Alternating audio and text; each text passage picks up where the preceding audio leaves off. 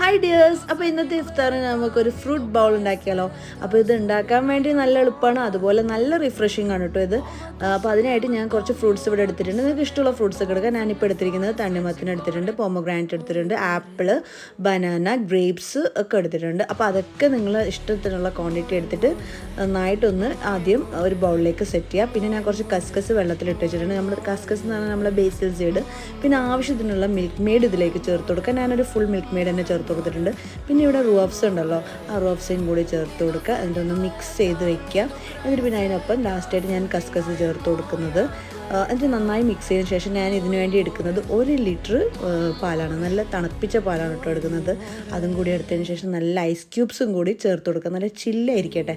അങ്ങനെ അത് കഴിഞ്ഞു കേട്ടോ. അപ്പോൾ ഇത് കഴിക്കാൻ നല്ല ടേസ്റ്റാണ്. നമ്മൾ കഴിക്കുന്ന സമയത്ത് കുറച്ച് വാനില ഐസ്ക്രീമും കൂടി ഇട്ട് കൊടുത്തതിന് സംഭവം പൊളിയാണ്. അപ്പോൾ എല്ലാവരും ട്രൈ ചെയ്തൊന്ന് ഫീഡ്ബാക്ക് അറിയിക്കുക. ബൈ.